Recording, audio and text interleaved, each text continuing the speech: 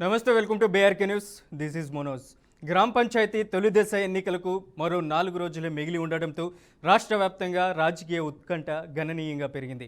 గ్రామాల్లో ఇంటింటికి తిరుగుతూ అభ్యర్థుల ప్రచారం నిర్వహిస్తుండగా మరోవైపు గ్రామం విడిచి ఉపాధి, ఉద్యోగాలు, చదువుల నిమిత్తం పట్టణాలు, మహానగరాల్లో నివసిస్తున్న ఓటర్లపైనే ఇప్పుడు ప్రధాన దృష్టి కేంద్రీకరించబడింది. అనేక గ్రామాల్లో పోటీ తీవ్రంగా ఉండటం, గెలుపోటములు తేడా ఓట్లతోనే తేలే పరిస్థితి నెలకొనటం, గ్రామం బయట ఉన్న ఓటర్లే ఈ ఎన్నికల్లో కీలక పాత్ర పోషిస్తారని అభ్యర్థులు భావిస్తున్నారు. అందుకే వారిని ఊరికి రప్పించడమే లక్ష్యంగా ఫోన్ కాల్స్, వ్యక్తిగత విజ్ఞప్తులు చేస్తూ ఎన్నికల ప్రచారాన్ని మరింత దూకుడుగా సాగిస్తున్నారు.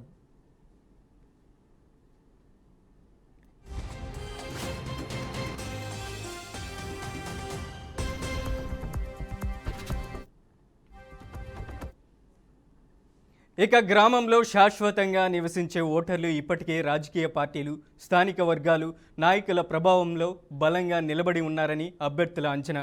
అయితే పట్టణాలు, నగరాల్లో నివసిస్తున్న గ్రామ ఓటర్లు మాత్రం ఈ స్థానిక రాజకీయ సమీకరణాలకు కొంత దూరంగా ఉంటారని, వారిలో ఎక్కువ మంది తటస్థులైన అభిప్రాయం ఉంది. ఈ కారణంగానే వలస ఓటర్లలో 60 నుంచి 70% మంది తమ వైపు మొగ్గు చూపితే విజయం ఖాయమని అభ్యర్థులు లెక్కలు వేసుకుంటున్నారు. ఒక్కో గ్రామంలో వందల సంఖ్యలో ఉన్న ఈ ఓటర్ల వివరాలను సేకరించి ఎవరు ఏ నగరంలో ఉన్నారు, ఎలా సంప్రదించాలనే అంశాలపై ప్రత్యేక జాబితాలు తయారు చేసి బాధ్యతలను అనుచరులు, ప్రత్యేక సిబ్బందికి అప్పగిస్తున్నారు.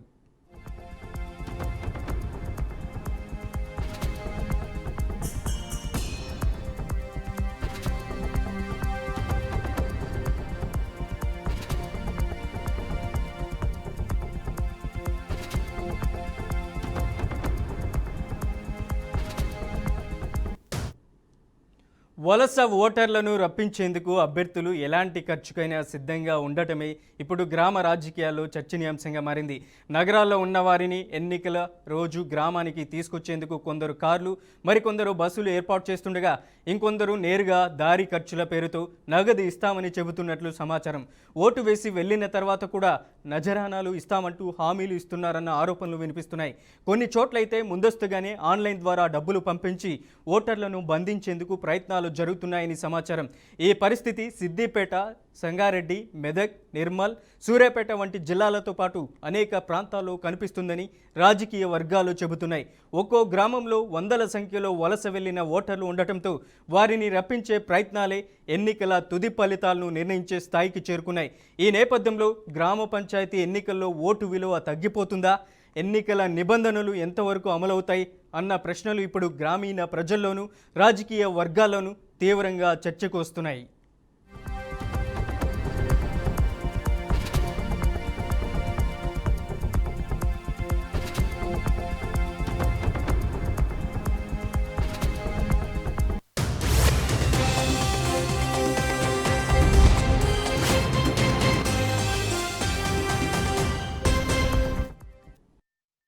ఇదే అంశానికి సంబంధించి లైవ్లో మనతో పాటు చర్చించడానికి అనలిస్ట్ అందే సత్యం గారు ఉన్నారు. అందే సత్యం గారు, నమస్తే. నమస్తే అండి. తెలంగాణ రాష్ట్ర వ్యాప్తంగా పంచాయతీ ఎన్నికల నామినేషన్ల ప్రక్రియ అయితే క్లియర్ అయింది. ఇక ఎన్నికలే తర్వాయి భాగం. మొత్తం 3 విడతల ఎన్నికలు జరగనున్నాయి. 11, 14, 17. ఒక్కో విడతకు 2 రోజుల గ్యాప్ ఉంది. మరి పట్టణాల్లో ఉన్నటువంటి ప్రజలు పల్లెటూర్లకు వెళ్ళే అవకాశం ఉందంటారా ఓటు వేయడానికి? అన్ని రాష్ట్రాల్లో కూడా, అన్ని జిల్లాల్లో కూడా వెనకబడిన ప్రాంతాలు, డెవలప్డ్ అయినటువంటి ప్రాంతాలు ఉంటుంటాయి. సహజంగానే తెలంగాణలో గ్రామీణ ప్రాంతాల్లో మెకనైజేషన్ వచ్చిన తర్వాత వ్యవసాయ పనులు ఎక్కువ మెషినరీతో చేయిస్తున్నారు. ఎప్పటికో ఒక దశాబ్దం కాలం నుంచి కోత మిషన్లు వచ్చాయి. ఇప్పుడైతే నాటు మిషన్లు కూడా వచ్చాయి. కలుపు మందులు వచ్చిన తర్వాత కలుపు తీత లేదు. మ్యాక్సిమం మెకనైజేషన్ జరుగుతూ ఉంది. ఈ పరిస్థితుల్లో వ్యవసాయ కూలీలందరూ కూడా హైదరాబాదు లేదా పట్టణ ప్రాంతాల్లో పని కోసం వలసలు వస్తూ ఉన్నారు. ఇది మనం నివారిస్తే గ్రామీణ ప్రాంతాల్లో స్వయం పోషకంగా అభివృద్ధి అయితే తప్ప ఈ వలసలను ఆపలేము. సరే, ఒక రాష్ట్రం నుంచి ఇంకో రాష్ట్రం పోవటం అనేది మరొక ఎత్తు. ఇప్పుడు బీహారు, ఒరిస్సా, ఉత్తరప్రదేశ్ నుంచి మన రాష్ట్రానికి వలసల పేరు మీద వస్తున్నారు. ఏదేమైనా ఒక రాష్ట్రం నుంచి ఒక రాష్ట్రానికైనా, ఒక ప్రాంతం నుంచి ఒక ప్రాంతానికైనా ఎకనామిక్ యాక్టివిటీ తక్కువ ఉన్నటువంటి ప్రాంతం నుంచి ఎకనామిక్ యాక్టివిటీ ఎక్కువ ఉన్నటువంటి ప్రాంతానికి వలసలు వస్తారు. మనం వలసలు ప్రత్యక్షంగా చూడాలంటే, ఓటేయటానికి పోయేటప్పుడు చూడాలంటే, ఆంధ్రాలో ఎలక్షన్లు అయినప్పుడు హైదరాబాద్ నుంచి పోతున్నటువంటి కార్లని, బస్సులను చూస్తే తెలుస్తుంది మనకు ఎంతమంది వెళ్తుంటారో.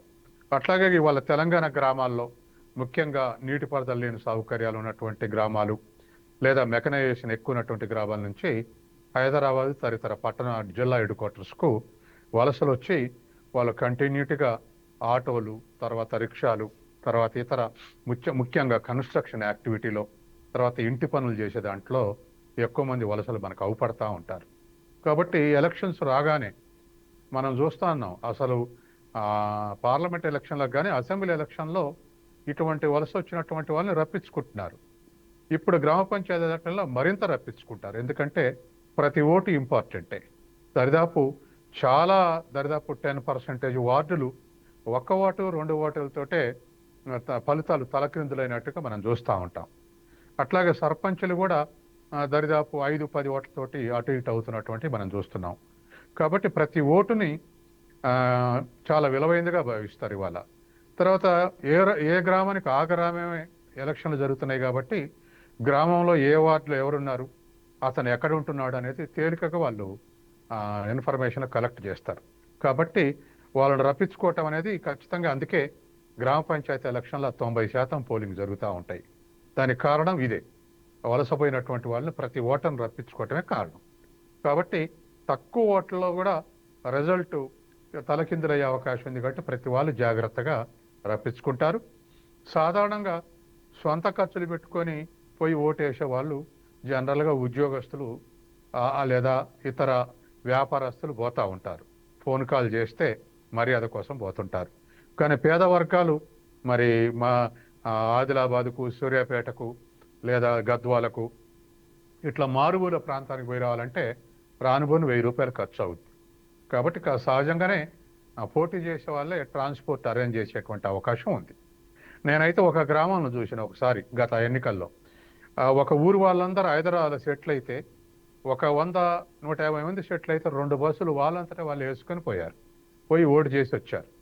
కాబట్టి ఇండివిజువల్కి కానీ సమిష్టికి కానీ, ఒక ఊరంతా కానీ ఒక వార్డులు కానీ ఇట్లా ట్రాన్స్పోర్ట్ అరేంజ్ చేసుకుంటున్నారు, ఓటు వేసి వస్తున్నారు. కాబట్టి సహజంగానే అవుట్ మైగ్రేషన్ ఉన్నటువంటి విలేజెస్ నుంచి అవుట్ మైగ్రేషన్ ఉన్నటువంటి వాళ్ళు ఇట్లా రప్పించుకునేటువంటి అవకాశం ఉంది. ఎందుకంటే ఇవాళ పంచాయతీరాజ్ వ్యవస్థ చూస్తున్నాగా, ప్రతి పంచాయతీకి దరిదాపు 50 లక్షలు, 60 లక్షలు, మేజర్ గ్రామ పంచాయతీ అయితే 50 లక్షల పైనే, మిగతా గ్రామ పంచాయతీ అయితే 30-40 లక్షలు ఖర్చు పెట్టి వాళ్ళ సర్పంచులుగా పోటీ చేస్తున్నటువంటి వాళ్ళు ఉన్నారు. కాబట్టి వలసపోయిన వాళ్ళని రప్పించుకోవటానికి మహా అయితే 50 మందిని రప్పించుకుంటే 50,000, 100 మందిని రప్పించుకుంటే ₹1,00,000 అవుతాయి. అది పెద్ద ఖర్చు ఏం కాదు వాళ్ళు పెట్టే ఖర్చులో. కాబట్టి ఇటువంటి వలస వచ్చిన వాళ్ళని రప్పించి మ్యాక్సిమం పోలింగ్ చేసుకునేటువంటి అవకాశం ఉంది. సత్యం గారు, దాదాపు ముందు ఒక ప్రీవియస్ 5 సంవత్సరాల ముందు ఎలక్షన్లు జరిగినప్పుడు ఒక సర్పంచ్ అభ్యర్థికి 30 లక్షల నుంచి 40 లక్షల వరకు ఖర్చు వచ్చేది. ఇప్పుడు అట్లాంటిది 1 కోటి పైమాటే ఉన్నట్టుంది. ఒక పంచాయతీలో, మేజర్ పంచాయతీలో దాదాపుగా ఇట్లాంటి పరిస్థితుల్లో పట్టణాల్లో ఉన్నటువంటి ఓటర్లు వాళ్ళని ఆకర్షించడానికి, వాళ్ళు పట్టణ ప్రాంతాల నుంచి పల్లెటూర్లకి వెళ్ళాలంటే వాళ్ళు వచ్చే అవకాశం ఉందంటారా ఓటు వేయడానికి? ఖచ్చితంగా రప్పించుకుంటారు. ఎందుకంటే పార్లమెంట్ ఎలక్షన్లో కానీ అసెంబ్లీ ఎలక్షన్లో కానీ ఓటు వేయంది ఎవరో తెలియదు. కానీ ఇప్పుడు పిలిచిన ఓటర్ రానటువంటి వాళ్ళు ఎవరెవరు వచ్చి ఓటు వేయలేదో కూడా తెలిసిపోతుంది ప్రతి వార్డులో. కాబట్టి కమిట్మెంట్ ఉండి పోయే వాళ్ళు ఇష్టంతో పోతారు.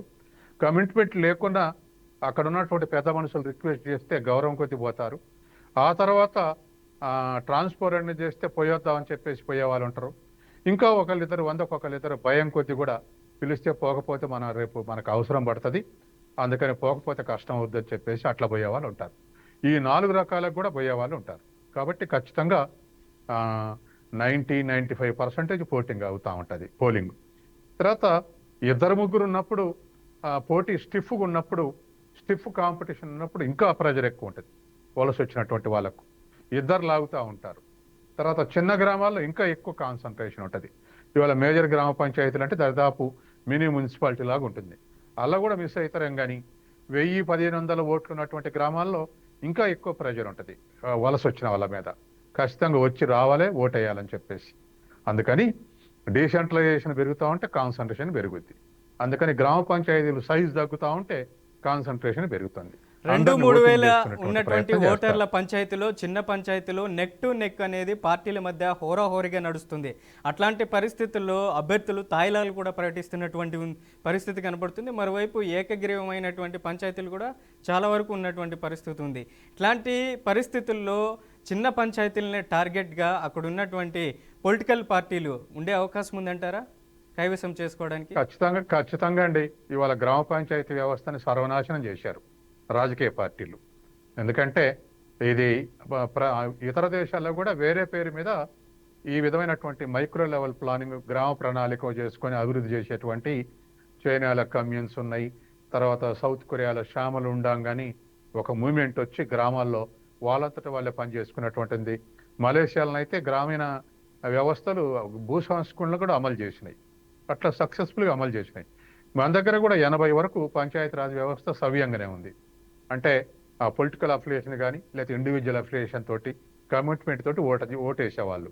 80 తర్వాత కమర్షియల్ అయినాయి. కమర్షియల్ కావటంతో వాళ్ళ మరి గ్రామ పంచాయతీలకు డైరెక్ట్గా సెంట్రల్ గవర్నమెంట్ నుంచి నిధులు వస్తున్నాయి. 14th 15th ఫైనాన్స్ కమిషన్ నిధులు వస్తున్నాయి. కాబట్టి పెట్టిన ఖర్చు ఎలా తీసుకోవచ్చు అనేటువంటి స్వభావం ఎక్కువ మందిలో ఉండి తర్వాత రెండవది సర్పంచ్ అనేది స్టేటస్ సింబల్గా మారింది. ఇది ఒక బాధ్యత, ఇది ఒక సర్వీసు అనేది పోయి ఇది ఒక సోషల్ స్టేటస్ సింబల్గా మారింది. కాబట్టి డబ్బులు ఇచ్చి స్టేటస్ కొనుక్కుంటున్నారు, డబ్బులు ఇచ్చి సంపాదన కొనుక్కుంటున్నారు.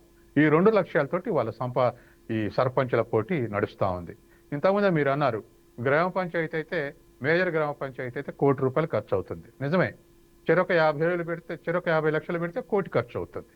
కాబట్టి అసలు గ్రామ పంచాయతీ కాదు, అసెంబ్లీలని 4,000 5,000 ఓటు పలికింది అన్నది మనం మునుగోడు ఎలక్షన్ చూసాం. మీ డిజిటల్ మీడియానే వాటన్నిటిని బయటకు తీసుకొచ్చేది. ఆ 4,000 5,000 అడుగుతున్నారు అన్నటువంటిది. తాజాగా జూబ్లీహిల్స్ ఎన్నికల్లో కూడా చూసాం సార్, బైపోల్లో కూడా దాదాపు ఓటు 10,000 5,000 లెక్కన చూసాం. కాబట్టి ఇవాళ ఉన్నటువంటి పరిస్థితుల్లో గ్రామీణ ప్రజలు సహజంగానే పోటీలు పడి ఖర్చు పెడుతున్నారు. ప్రజల్ని కూడా అలవాటు చేశారు. ఎవరైనా ఇవ్వకపోతే నువ్వు ఇవ్వలేదేదని అడుగుతున్నారు. కానీ ఇవాళ ఒక స్టేటస్ అయితే, ఒక స్టేజ్ అయితే వచ్చేది, సంతోషకరమైన స్టేజ్. పోటీ చేసిన ముగ్గురు దగ్గర డబ్బులు తీసుకొని ఇష్టమైన వాడెవడో, మంచోడెవడో వాడికి ఓటేస్తారు. అదొకటి మంచి పరిణామం. ఎందుకంటే ముగ్గురు దగ్గర డబ్బులు తీసుకుంటారు కానీ ఎవరు మంచోడు చూస్తున్నారు.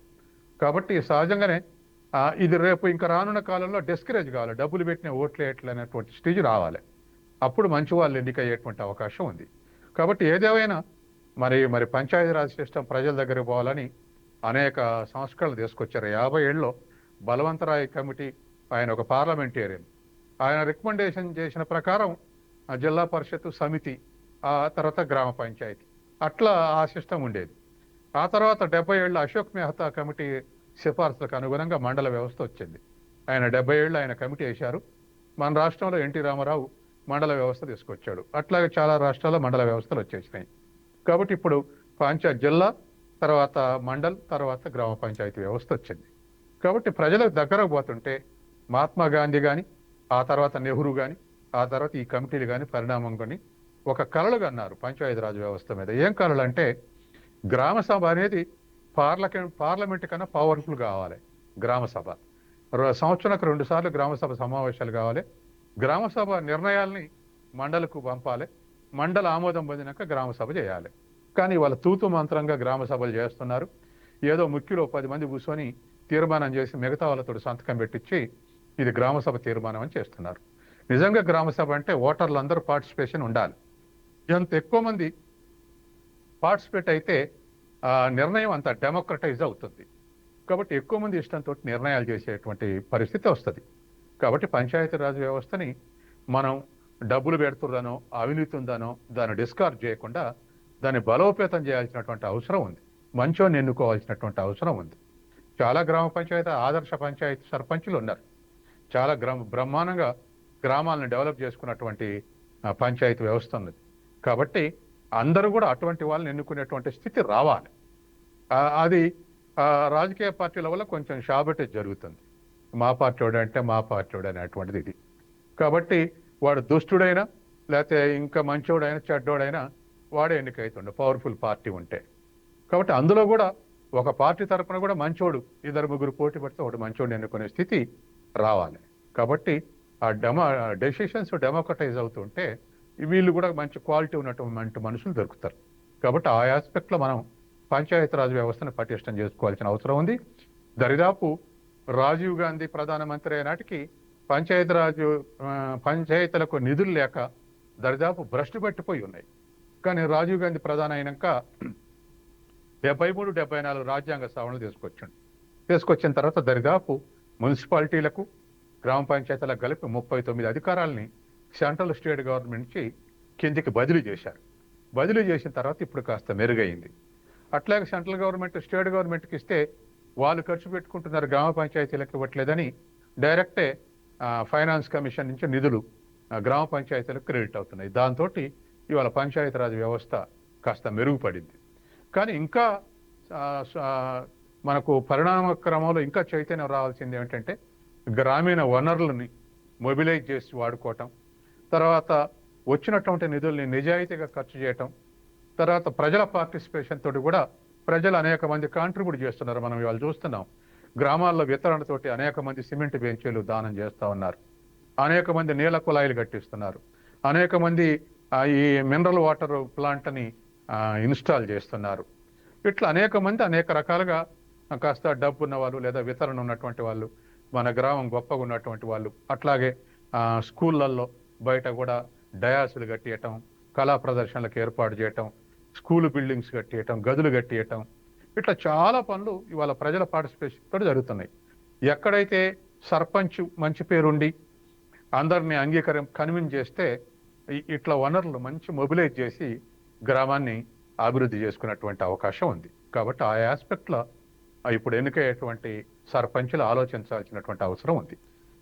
సార్, సీఎం రేవంత్ రెడ్డి ఒక సందేశం ఇచ్చారు తెలంగాణ రాష్ట్ర ప్రజలకు. ప్రజా విజయోత్సవ వారోత్సవాల సందర్భంగా ఏదైతే డబ్బు తక్కువైందనో, మందు తక్కువైందనో, లిక్కర్ తక్కువైందనో మీరు ఓటు వేయకుండా బాధపడకండి, మీరు ఖచ్చితంగా ప్రభుత్వానికే ఓటేయండి, లేదంటే వీలైనంతగా ఏకగ్రీవాలు చేయండి అనేసి కూడా రేవంత్ రెడ్డి ఒక సందేశం ఇచ్చారు. అలాగే బండి సంజయ్ మాట్లాడుతూ నా పార్లమెంటు పరిధిలో ప్రతి పంచాయతీని ఏకగ్రీవం చేయండి, 10 లక్షలు ఇస్తాను ఆ పంచాయతీకి ఏకగ్రీవం అయినటువంటి అభ్యర్థికి అని చెప్తున్నారు. ఎలా చూడొచ్చు అంటారు ఇరు పార్టీల మధ్య? ఈ రెండిట్లో పాజిటివ్ ఉంది, నెగిటివ్ ఉంది. ఇప్పుడు రేవంత్ రెడ్డి పనిచేసే వాళ్ళని ఎన్నుకోండి, కాళ్ళ సందని కాలు పెట్టేటువంటి వాళ్ళని ఎన్నుకోబాకండి, మంచి వాళ్ళని ఎన్నుకోనటువంటి ఫస్ట్ పార్ట్ బాగుంది. సెకండ్ పార్ట్ ఎమ్మెల్యేలు మంత్రుల మాట ఇన్ని వాళ్ళని ఎన్నుకోవాలంటే మళ్ళీ పంచాయతీరాజ్ వ్యవస్థ డైల్యూట్ అయిపోతుంది. ఇప్పుడు ప్రతిపక్షానికి 40 మంది, అధికార పక్షానికి ఒక 70 మంది ఉన్నారనుకోండి, వాళ్ళ ప్రకారమే గ్రామాల్లో ఎన్నుకుంటే ఇంకా స్వతంత్రం ఏముంటుంది. కాబట్టి ప్రజలు ఎవరు ఎమ్మెల్యే చెప్పిండు కాబట్టి ఎన్నుకోవటం కాకుండా ప్రజలు ఎవడు మంచోడని భావిస్తుండో వాళ్ళని ఎన్నుకుంటే పంచాయతీరాజ్ వ్యవస్థలో క్వాలిటీ పెరుగుతుంది. కాబట్టి రేవంత్ రెడ్డి చేసినటువంటి ఫస్ట్ పార్ట్ బాగుంది, సెకండ్ పార్ట్ కొంత అభ్యంతరకరం. అట్లాగే బండి సంజయ్ ఏకగ్రీవం ఎన్నుకోండి 10 లక్షలు ఇస్తా అన్నాడు. నిజంగా ఏకగ్రీవం ఎన్నుకుంటే మాత్రం, కానీ వేలం పాట పెట్టి ఎన్నుకుంటే మళ్ళీ అది నెగిటివ్. అంటే ఎవడు డబ్బులు పెట్టి కొనుక్కుంటే వాడికి అవుతుంది. కాబట్టి ఏకగ్రీవం ఎన్నుకోవటం అంటే బెదిరించి ఎన్నుకున్నా తప్పే, డబ్బులు పెట్టి ఎన్నుకున్నా తప్పే. అట్లా కాకుండా అందరూ ఓ దగ్గర కూర్చొని నిర్ణయించుకొని ఎన్నుకుంటే అది వాస్తవంగా ఏకగ్రీవం. కాబట్టి ఏకగ్రీవాలు ఆ విధంగా జరిగితే మంచిది. అట్లా కాకుండా ఏకగ్రీవం పేరు మీద హైజాక్ చేస్తే డబ్బులు పెట్టి ఏలంపాట పెట్టి ఎన్నిక కావటం, లేదా బెదిరించి ఎన్నిక కావటం, మా ఎంపీ సపోర్ట్ ఉంది, మా ఎమ్మెల్యే సపోర్ట్ ఉంది, రేపు నన్ను ఏకగ్రీవం ఎన్నికపోతే మీ సంగతి చూస్తా అంటే అది మళ్ళీ డెమోక్రసీ కాదు. కాబట్టి రెండిట్లలో కూడా రేవంత్ రెడ్డి చెప్పిన దాంట్లో, బండి సంజయ్ చెప్పిన దాంట్లో పాజిటివ్ అవుట్లుక్ ఉంది, నెగిటివ్ అవుట్లుక్ ఉంది. కాబట్టి పాజిటివ్ అవుట్లుక్ తోటి ఈ రెండు కూడా అమలైతే మంచిదే. ఎందుకంటే గ్రామ పంచాయతీకి బండి సంజయటమే కాదు, తర్వాత స్టేట్ గవర్నమెంట్ కూడా ఇన్సెంటివ్ ప్రకటించదు, ఓట్లను బట్టి ఏకగ్రీవం ఎన్నుకుంటే ఇవన్నీ వస్తాయని చెప్పేసి. కాబట్టి ఏదైనా అందరి అంగీకారంతో ఎన్నుకుంటే మంచిది.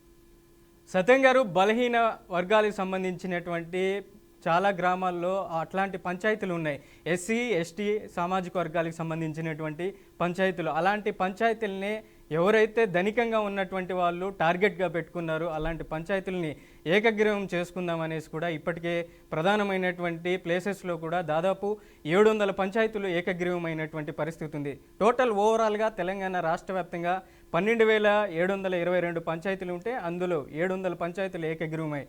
ఎక్కువగా ఎస్సీ ఎస్టీకి సంబంధించినటువంటి పంచాయతీలు ఏకగ్రీవమయ్యాయి. ఎలా చూడొచ్చు అంటారు అట్లాంటి ప్లేసెస్ని? ఇప్పుడు ఎస్సీ ఎస్టీలు ఖర్చు పెట్టే స్థితిలో లేరు.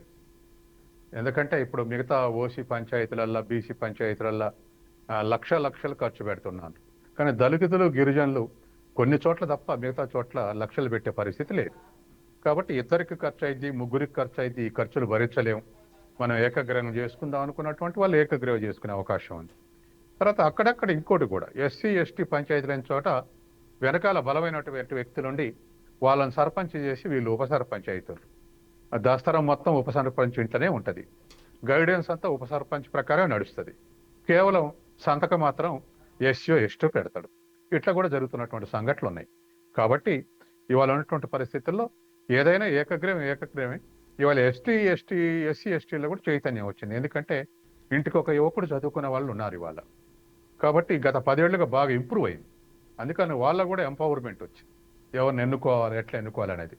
కాబట్టి కేవలం ఎవరో చెప్తే వినే పరిస్థితులు లేకుండా వాళ్ళు కూడా అభిప్రాయాలు మేరకు సమీకరించుకొని ఎన్నుకుంటున్నారు. 12,000 దరిదాపు 700 పంచాయతీల్లో 700 అంటే పెద్ద సంఖ్య ఏం కాదు. ఒకసారి బెంగాల్లో పోయినసారి అంతా ముందుసారో దరిదాపు 20% పంచాయతీలు ఏకగ్రీవమైనవి. అప్పుడు సుప్రీంకోర్టు కేసు వేస్తే తీసుకుంది 20% పంచాయతీలు ఎట్లా ఏకగ్రీవం అయితే అని. అంటే ఊళ్ళ నుంచి అధికార పార్టీ ఊళ్ళ నుంచి టీఎంసీ ఊళ్ళ నుంచి ఎల్లగొట్టి ఏకగ్రీవం చేసుకుంది. అందుకని 20% ఎట్ట అవుతారు అన్నారు. ఇవాళ మీరు చెప్పే 13,700 అంటే 1/13 అంటే పెద్ద సంఖ్య కాదు. కాబట్టి ఏదేమైనా ఏకగ్రీవం వెనకాల కానీ ఎలక్షన్ల వెనకాల కానీ డబ్బు ప్రేమ లేకుంటున్నప్పుడు దాన్ని ఖచ్చితంగా డెమోక్రటిక్గానే అనొచ్చు. డబ్బు ప్రేమ ఉన్నది. ఫైనల్గా ఏంటంటే గ్రామాల్లో అభ్యర్థులు ప్రచారం చేస్తున్నారు ముమ్మరంగా ఇరు పార్టీలకు సంబంధించి. వాళ్ళని ఏ అంశాలని ప్రభావితం చేయగలుగుతాయి అభ్యర్థుల్ని? అక్కడ ఉన్నటువంటి స్థానికంగా ఉన్నటువంటి సమస్యలను ప్రభావితం చేసే అవకాశం ఉందా? లేదంటే ఏదైతే అధికార పార్టీకి ఉంది కాబట్టి అధికార పార్టీ వైపు మొగ్గు చూపే అవకాశం ఉందంటారు ఓటర్లు? గ్రామ పంచాయతీలు ఇవాళ పార్టీ గుర్తు మీద జరగట్లేదు కాబట్టి ఇప్పుడు ఈ సర్పంచ్ ఎన్నికల్లో పొలిటికల్ ఇన్వాల్వ్మెంట్ ఉంది. 99% పొలిటికల్ ఇన్వాల్వ్మెంట్ ఉంది. కానీ వాళ్ళు నిర్ణయించే అభ్యర్థులకే ఓట్లు వేస్తారన్న గ్యారెంటీ లేదు. ఎందుకంటే పార్టీ గుర్తు లేదు.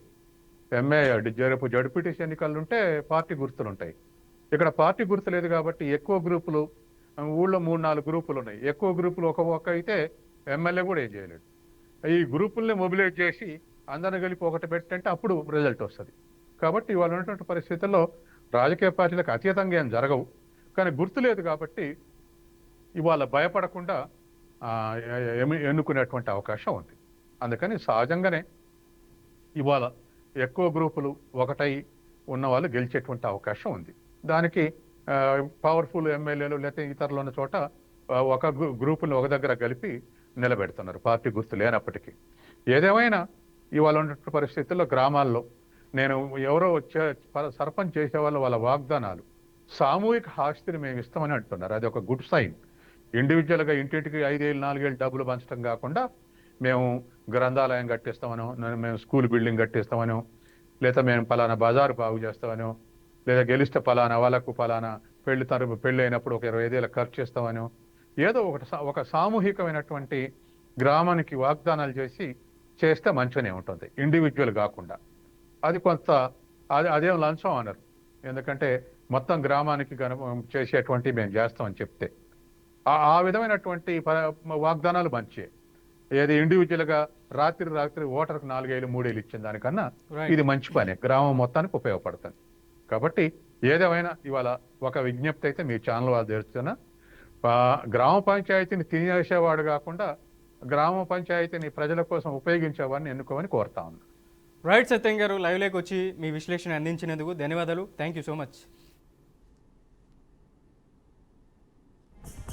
రైట్, తెలంగాణ రాష్ట్ర వ్యాప్తంగా 11, 14, 17 డిసెంబర్ తేదీ 3 విడతల్లో ఎన్నికలు జరగబోతున్నాయి. ప్రతి విడతకి 2 రోజుల వ్యవధి అనేది ఉంటుంది.